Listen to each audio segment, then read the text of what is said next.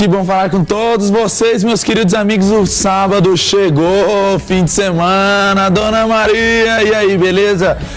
A gente está encerrando a semana de um dos ingredientes que eu gosto tanto da abóbora. Eu esqueci e já falei algumas vezes durante essa semana que eu gosto tanto de abóbora que eu já fiquei um ano inteiro comendo só abóbora. Todos os dias tinha abóbora lá em casa. Fiquei amarelo, fiquei colorido, mas a abóbora é muito bom, gente. A abóbora é versátil, a abóbora é saborosa, você consegue utilizar ela em doces, salgados, e é por isso que no Band Gourmet ela ganhou uma semana e que infelizmente está terminando hoje, e a gente vai fazer várias receitas deliciosas aqui, aliás, 3 receitas, né? Várias, mas são 3 receitas deliciosas, simples, fáceis e muito boas para você utilizar aí no seu fim de semana. A primeira receita que a gente vai começar é uma receita, vou começar pelo doce hoje. A gente vai fazer uma mousse de abóbora, uma mousse simples, uma mousse aí com 3, 4 ingredientes e que vai ser bem leve e refrescante para você utilizar agora nesse verão do interior paulista, né? Alô, pessoal de Votuporanga, vamos lá, fala outra cidade aí, Tarabai, Tanabi, Santo Expedito, todo mundo aí participando do Band Gourmet. E também vamos ter aí umas receitas, vou ter uma receita de salpicão com abóbora, um pouquinho diferente daquele salpicão que você está acostumado a comer, porque nesse salpicão, além de abóbora, eu vou utilizar também o palmito, a mostarda e o creme de leite, que vai deixar ele um pouquinho mais leve. A terceira receita de hoje para mim, a melhor de todos, eu vou deixar ela para o grande finale, que é uma receita de abóbora cabotiã, aquela abóbora pequenininha, que você vai recheá-la com uma muqueca de cação. Essa muqueca de cação que é um peixe, ele é um peixe de couro, que ele tem uma carne com uma textura bem macia, gostosa, suculenta, leve e aveludada, que você vai fazer na sua casa. Ele não é um peixe muito caro e você tem que aumentar a quantidade de peixe, né? O ano, já foi o primeiro mês. Como é que tá aquela sua receita, Dona Maria? Diminuiu quantos centímetros da barriga de polenta? Fala pro titio aqui, quantos? Nada? O pessoal tá querendo assobiar aí, pra hora que a senhora passa, tá pensando o quê? Tem que reconquistar o seu marido, pô. Vai fazer então 3 receitas gostosas, saudáveis, utilizando o ingrediente da semana, que é a abóbora. Eu falei durante essa semana as diferenças entre as abóboras e a gente vai falar um pouquinho mais sobre essa diferença também. Tem o Mr. Chocolate, tem entrevistados, gente. Hoje, muito legal, que a gente vai falar um pouquinho sobre um tema que eu adoro, gente, que é esporte. Eu sou muito competitivo, quem me conhece sabe que eu odeio perder, até no joguinho de biribol, né? Biribol e odeio perder. E esporte pra mim é vício. Então fique com a gente, no próximo bloco a gente já vai ter os entrevistados aqui, que você vai saber quem são, para falar sobre esportes, são daqui da Band, conhecem tudo, podem falar bastante com a gente sobre esse tema que é muito legal, além das receitas que a gente vai fazer hoje. Então você não sai daí, porque o Band Gourmet tá só começando, e eu sou o Gabriel Aleixo e eu espero você.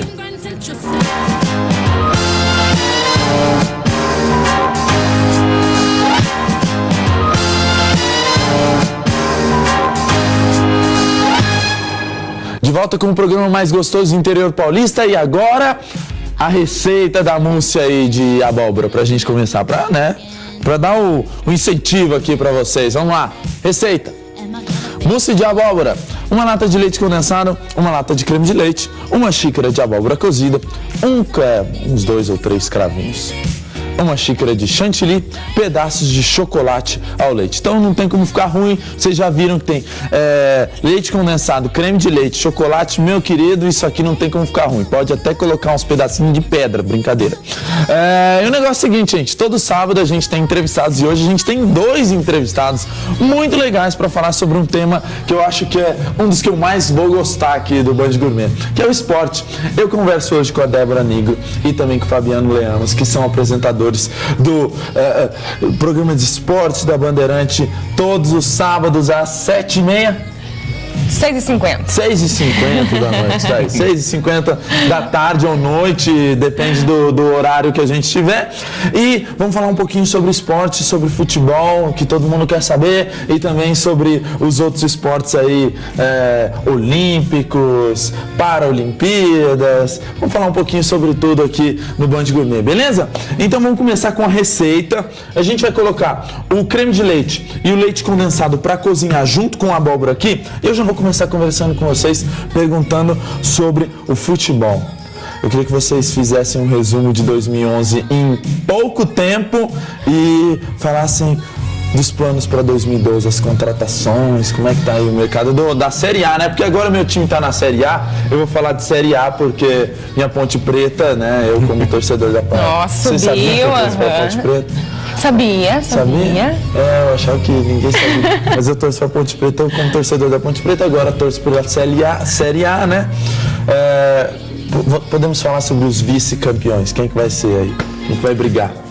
Bom, de 2011, falando rapidamente assim, o Campeonato Paulista, né, o Santos campeão, jogou com o Corinthians aí. Campeonato Brasileiro, Corinthians campeão, Libertadores, o Santos. Depois teve aquela questão lá do Mundial que tem santista que prefere não comentar muito sobre aquilo, né, sobre aquela aula de futebol que nós brasileiros recebemos. E aí tem a questão dos times da nossa área de abrangência, que são muitos, né, Débora? Nós temos Linense, tem Mirassol, tem Penapolense, tem muitas equipes que disputam a Série A do Paulista, a Série A2, a Série A3. Agora, teve uma época, Débora, que o futebol aqui do interior paulista, a gente tinha pelo menos muito mais clubes, ainda mais aqui da nossa região de abrangência. A gente tinha o América, eu lembro porque eu ia assistir jogo lá em São José do Rio Preto, tá? O que eu lembro de São José do Rio Preto, gente, me perdoem, mas é que eu ia sempre assistir os jogos da Ponte lá contra o América, e às vezes que eu fui a Ponte sempre perdeu, mas a região aqui tinha muitos clubes aí na Série A, às vezes disputando Série A de Campeonato Brasileiro, como há pouco tempo tivemos o Grêmio Prudente, né? O que você acha que aconteceu na nossa região para dar uma... Ou você acha que ainda não aconteceu? Na verdade, você citou aí legal, que é o Grêmio Prudente, né? Que também é a grande decepção, né? Foi a grande decepção, né? Chegou e do jeito que chegou, já foi embora, mas aí voltou, né? Tem uma equipe nova aí, quem sabe agora, mas também disputando lá, né, Fabiano? A4, né? Tem que começar de baixo. Mas eu acho ainda que falta um pouquinho de incentivo, viu, Gabriel? Os times do interior ainda caminham a passos lentos ainda. Eu acho que tem grandes equipes e grandes revelações, né, no interior. Outro dia eu estava conversando com o Antônio Carlos e também com o Adriano, que estão mexendo doce, vamos falar assim, igual eu estou aqui, ó, mexendo doce, que estão mexendo doce para o novo Grêmio Prudente aí, e eles falam que é muito difícil de você conseguir manter hoje jogadores de nível numa cidade ou numa região onde você não tem tanto incentivo.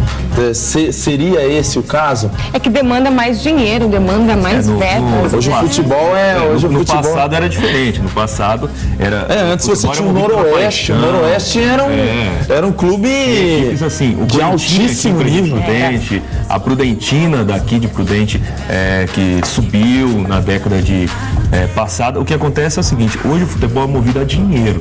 Infelizmente, o dinheiro fala mais alto. Então, é o que acontece, que a gente viu com o Grêmio Prudente, que era Grêmio Barueri, virou Grêmio Prudente e voltou a ser Grêmio Barueri. É o dinheiro. O time foi comprado, onde tem mais dinheiro, a equipe consegue se desenvolver. Então, aqui em Presidente Prudente, essa tradição de 20, 30 anos para cá se perdeu, e agora estão buscando resgatar novamente para que a equipe, para que tenha uma equipe competitiva aqui. Agora, sobre o pessoal que sonha, eu já sonhei em ser jogador de tênis, já sonhei, queria, mas infelizmente o talento mãe, você errou na mão na hora ali, né, na hora de preparar o Gabrielzinho, não fez ele com talento pro tênis. Agora tem muita gente aqui é verdade, meu filho.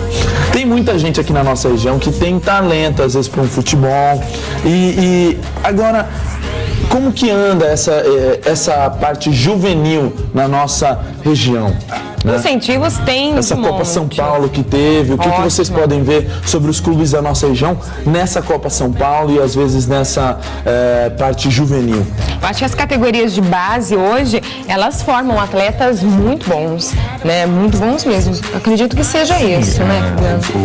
O interior de São Paulo tem muitas equipes boas que fazem sua base, que tem equipes juvenis que disputam campeonatos no estado, campeonatos nacionais, como a Copa São Paulo de Futebol Júnior, que agrega aí mais de 90 equipes e tem lá equipes do interior de São Paulo disputando.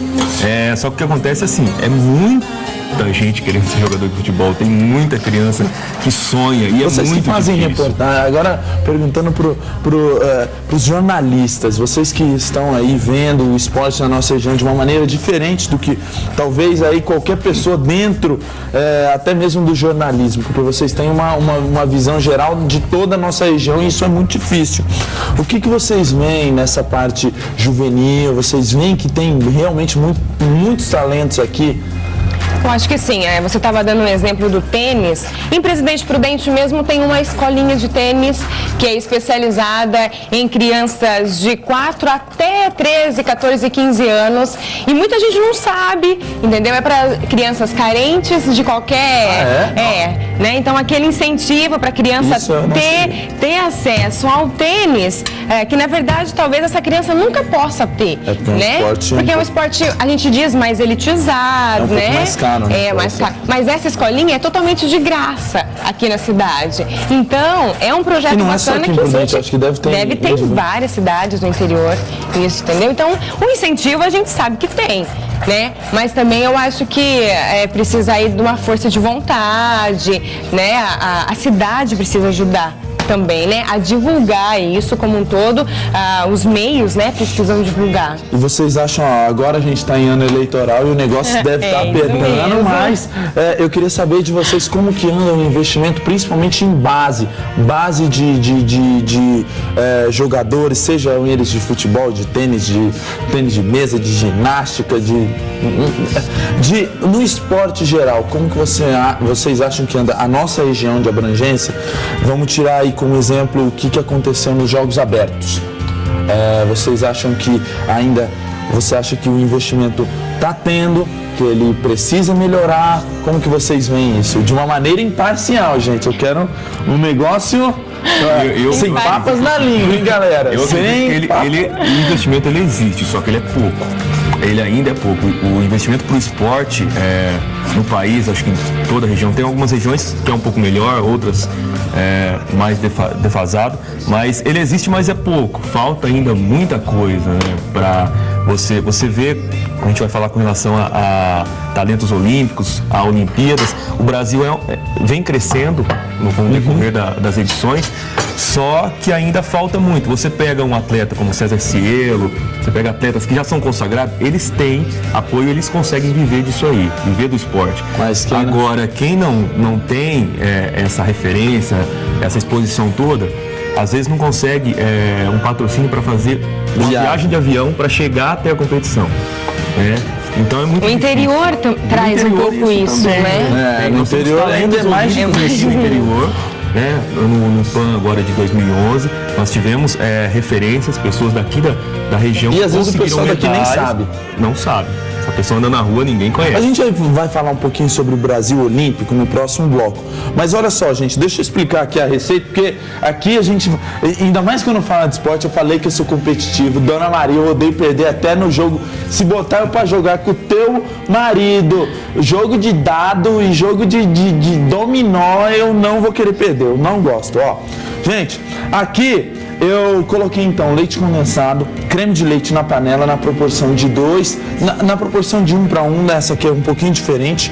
E aí eu sequei com um pouquinho de abóbora. Os pedacinhos de abóbora que ficarem no meio podem ficar. Se você não quiser, passe a abóbora antes por uma peneira para que ela fique mesmo um purezão. A abóbora que eu estou utilizando aqui, gente, é a abóbora kabotian, aquela abóbora japonesa. Ela é uma abóbora um pouquinho mais seca. Então, se você às vezes utilizar a abóbora moranga para essa receita, que é o que o pessoal geralmente utiliza para doces, ela vai ficar um pouquinho mais colorida, porém ela tende a ficar um pouquinho mais aguada. E eu não quero isso, eu quero ela um pouquinho mais seca, por isso eu vou utilizar a abóbora cabotiã e vou deixar isso aqui gelar. A hora que ele estiver frio, aí eu vou misturar com chocolate picadinho e também com chantilly. Mas isso eu vou fazer no próximo bloco. E antes da gente ir pro intervalo, vamos dar uma olhada no que o Mr. Chocolate tem para ensinar pra gente sobre algumas bebidas mais famosas. Não tem nada a ver com esporte, né, bebida, mas até que tem, né? O jogador aí, Adriano, o jogador com barriguinha de polenta. Vamos dar uma olhada no que o Mr. Chocolate tem para ensinar aí.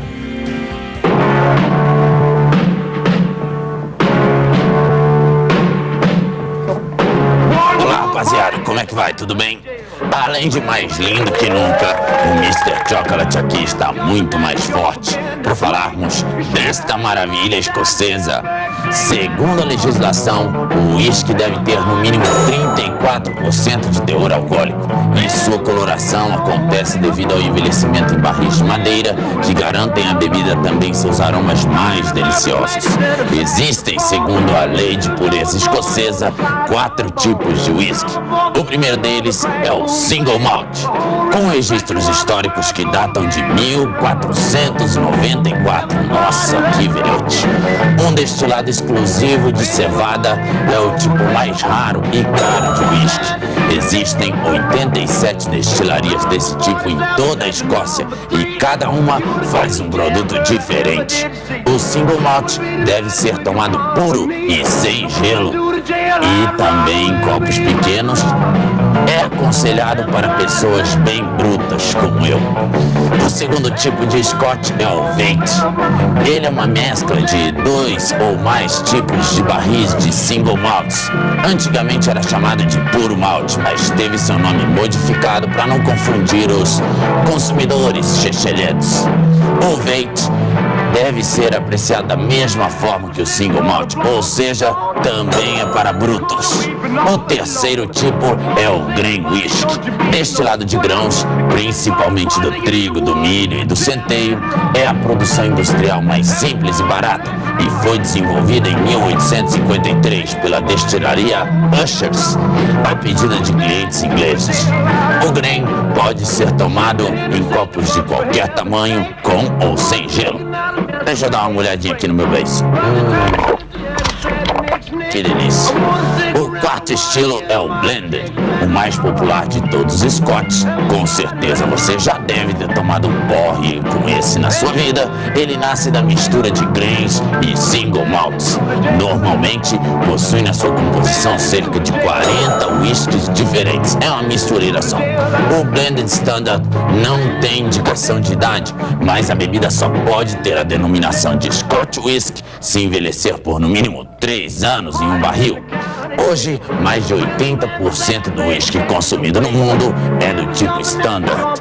O uísque de malte mais velho do mundo foi colocado à venda o ano passado na Escócia. O Martlar Speyside, olha que nome bonito, tem 70 anos e foi experimentado por um seleto grupo de degustadores. Infelizmente, eu não pude estar nessa cerimônia no castelo de Edimburgo, capital escocesa. O líquido foi colocado em um barril no dia 15 de outubro de 1938, como ordenado por John Urquhart, avô dos diretores da firma Gordon & MacPhail's Generations, responsável pelo lançamento da bebida, e estão disponíveis em 54 garrafas de 1 litro ao preço bem baratinho de R$26 mil e mais 162 pequenas garrafas com pouco mais de 250 ml, ou seja, um copinho de água, custando nada menos que R$6.600. Cada uma, meu filho. Exatos 70 anos depois, os diretores decidiram retirar o uísque do barril e engarrafá-lo. O barril que conteve essa bebida durante 7 décadas é feito de carvalho espanhol. Bacana, né? Agora me deem licença porque eu vou tomar o meu puro malte aqui on the rocks, ou seja, só com gelinho, e volta aí que é esse moleque chacheleto.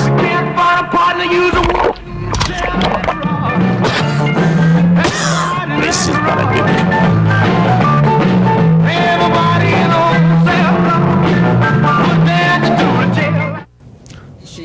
gente, viu um pouquinho do Mr. Chocolate falando sobre o whisky e agora a gente vai pro intervalo rapidinho. No próximo bloco tem a receita do salpicão com abóbora e também o cação. Eu tô conversando com os dois apresentadores do Jogo Aberto Interior, Fabiano Leamas e também com a Débora Nigo. Eu sou o Gabriel Aleixo e você tá no Band Gourmet, não saia daí.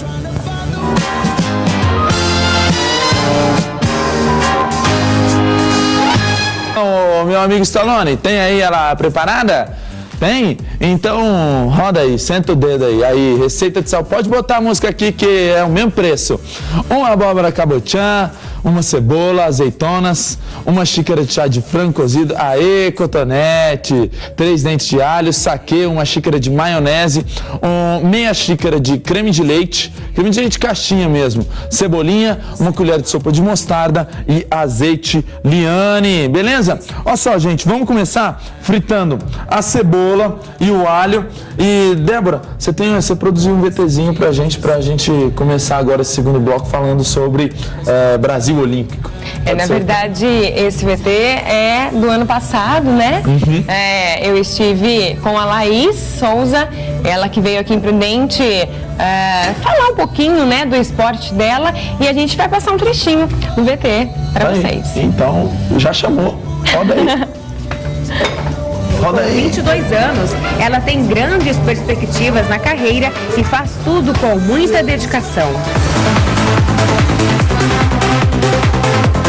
Recuperada de uma operação no joelho que foi agravada por uma infecção hospitalar, a ginasta confirma sua volta aos tablados, visando os Jogos Pan-Americanos de Guadalajara, no México. Eu gosto bastante da área do que eu faço, da área que eu tô, e creio que a criançada assim também acaba se apaixonando um pouco. Bem que eu tentei fazer algumas acrobacias com a Laís, mas parece que não deu muito certo. O importante mesmo é saber que a nova geração está com ânimo e força de vontade para conquistar espaço aos poucos.